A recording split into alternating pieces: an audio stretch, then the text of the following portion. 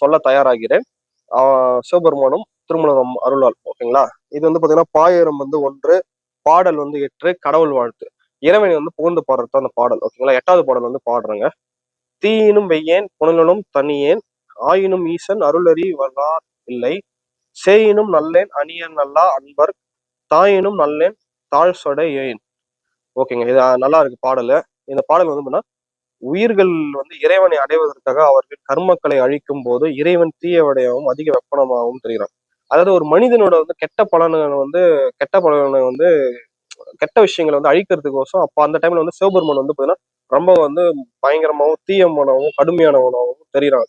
ஒரு தீ மாரி வந்து நெருப்பு மாதிரி தெரிகிறாரு. அந்த மாதிரி வந்து கெட்ட கர்மாக்களை அழிக்கும் மோசல. ஏன்னா அக்னி வந்து கெட்ட கர்மாக்களை அழிக்கும்ல, அந்த மாதிரி பார்த்தா சிவபெருமான் வந்து நம்மளுடைய கெட்ட கர்மாக்களை அழிக்கும் மோசல தீ மாதிரி தெரிகிறாரு அப்படிங்கிறத சொல்றாங்க ஃபர்ஸ்ட் பாயிண்ட். ரெண்டாவது விஷயம் என்னன்னா, உயிர்கள்